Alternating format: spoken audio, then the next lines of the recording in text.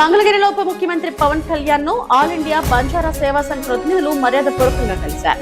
Non scheduled గిరిజన ఆవాసాల్లో పల్లె పండుగ సాంస్కృతిక కార్యక్రమాలకు కృతజ్ఞతలు తెలిపిన ప్రతినిధులు గిరిజన తండాల సమస్యలపై వినతిపత్రం సమర్పించారు.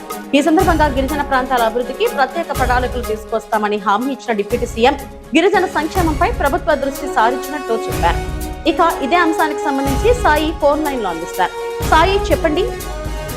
పార్వతి, మంగళగిరిలో ఉప ముఖ్యమంత్రి పవన్ కళ్యాణ్ అయితే ఆల్ ఇండియా బంజారా సేవా సంఘ ప్రతినిధులు మర్యాదపూర్వకంగా కలిసిన పరిస్థితి అయితే ఉంది. వారు కృతజ్ఞతలు చేస్తూ పవన్ కళ్యాణ్ అభినందించారు. నాన్ షెడ్యూల్డ్ గిరిజన ఆవాసాల్లో పల్లి పండుగ సాంస్కృతిక కార్యక్రమాలకు శ్రీకారం చుట్టడంతో వీరంతా కూడా పవన్ కళ్యాణ్ కి కృతజ్ఞతలు తెలియజేశారు. మరిన్ని సంక్షేమ కార్యక్రమాలు, అభివృద్ధి కార్యక్రమాలు చేపట్టాలని వారైతే విజ్ఞప్తి చేశారు.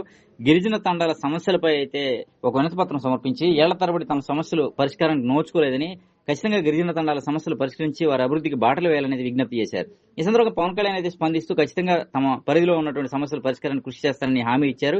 గిరిజనుల సంక్షేమంపై కూడా ప్రభుత్వం ప్రత్యేక దృష్టి సారించిందని పవన్ కళ్యాణ్ స్పష్టం చేశారు.